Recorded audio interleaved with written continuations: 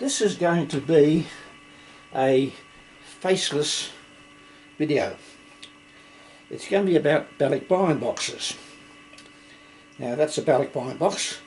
And Balikbayan boxes work on volume, not weight.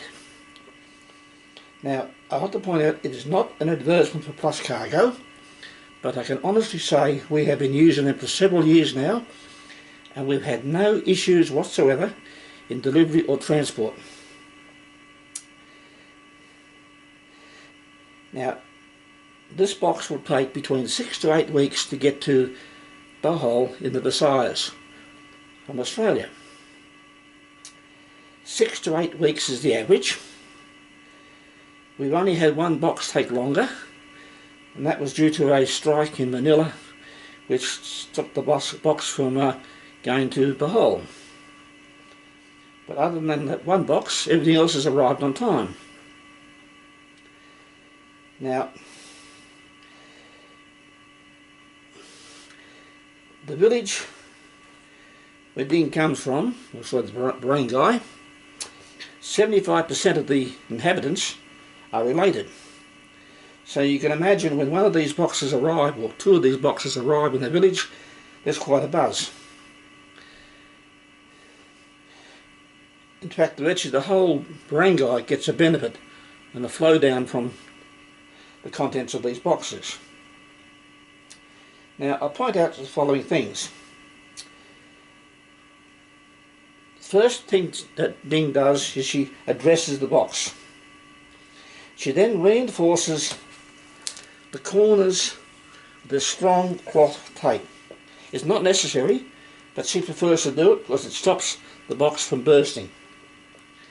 Once she's done that, she then covers the whole box, wraps it with clear packing tape,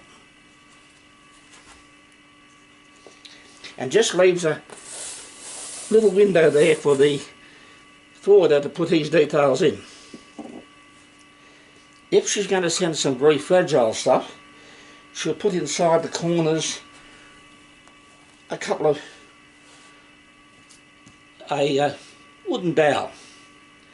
Not necessary, we've never had to do it yet, but if you've got some very fragile stuff that I think might get crushed, it would be a good idea.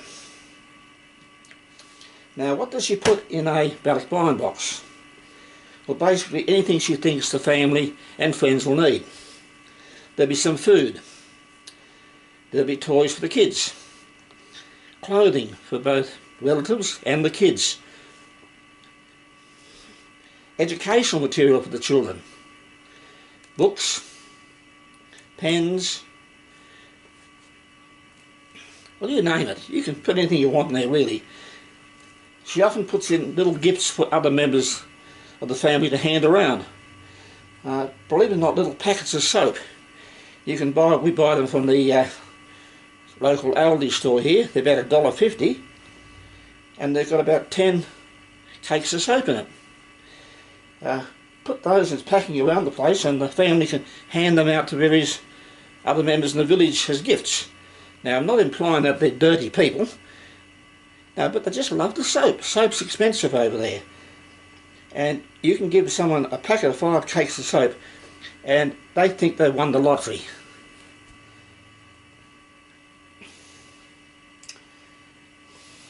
Now another thing we do is we get the address and we pin it on a piece of white paper and we glue it on the top of the box when it's loaded, and then we put the clear plastic over it. Now that acts as a very obvious signal to where the box is going. It also gives indication that the box has been opened in transit.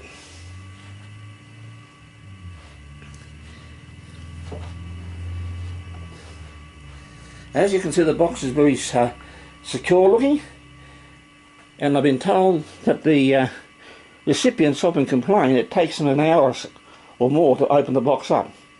But that just adds to the excitement. It's like Christmas being, yeah, 1 hour. Okay, what goes into the box? And how do you pack it in?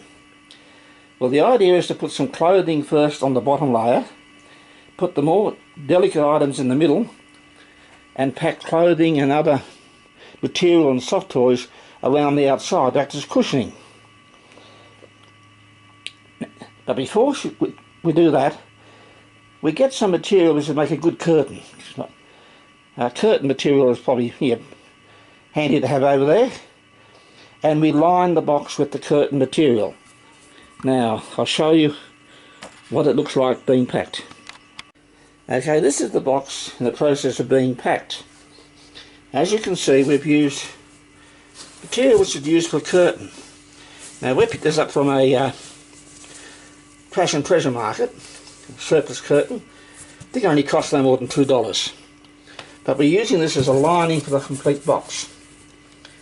Now you'll notice that everything's in plastic bags which are not transferred. Now, two reasons for that. One, you can write the name of who the recipient is on the actual bag. And secondly, they can't see what's in the bag. Now this is very handy when you've got a big family, a lot of relatives. When the box is open, they can see what is theirs and what's not theirs. But they also can't tell what the other people are getting, which is a good way of avoiding family disputes. Believe me, it can happen.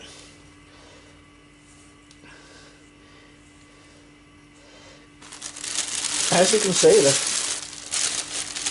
every inch of the box is actually packed with something. We put clothing for the young kids. We also buy from the local Trash and Treasure Market toys just before Christmas. When you find a family, well, their young ones have grown out of their set of toys and they're looking for money for a new set of things, like something more expensive. You can often buy these Fisher-Price educational toys and good quality stuff that's hardly been used, and in some cases all they need is new batteries, a bit of a clean-up. We use a bit of disinfectant on them to make sure that they're not carrying any communicable diseases. And we pack them not only for our own children, but we put in extra for handing around the village. That way you don't get disputes when your relative has toys and the family next door doesn't have any, and they think, oh, they're a rich family. Well, handing things around that does wonderful things for you. It means that when we go over there, we're going to be welcomed like kings and queens. But we don't want that really, but that's going to happen.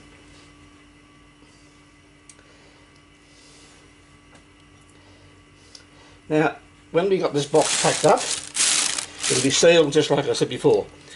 Now when you're sending food over there, because there's an 6 to 8 week delivery time, think about the expiry dates on the packets. Make sure that they're within that range.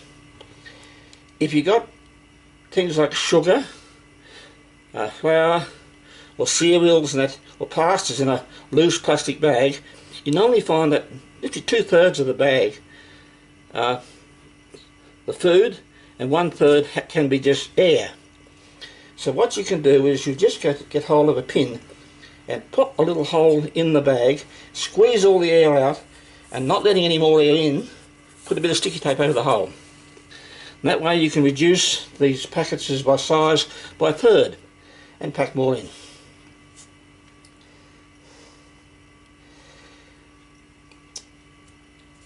When you have a family that has teenage kids over there, especially girls, you'll find that they go crazy over fashions.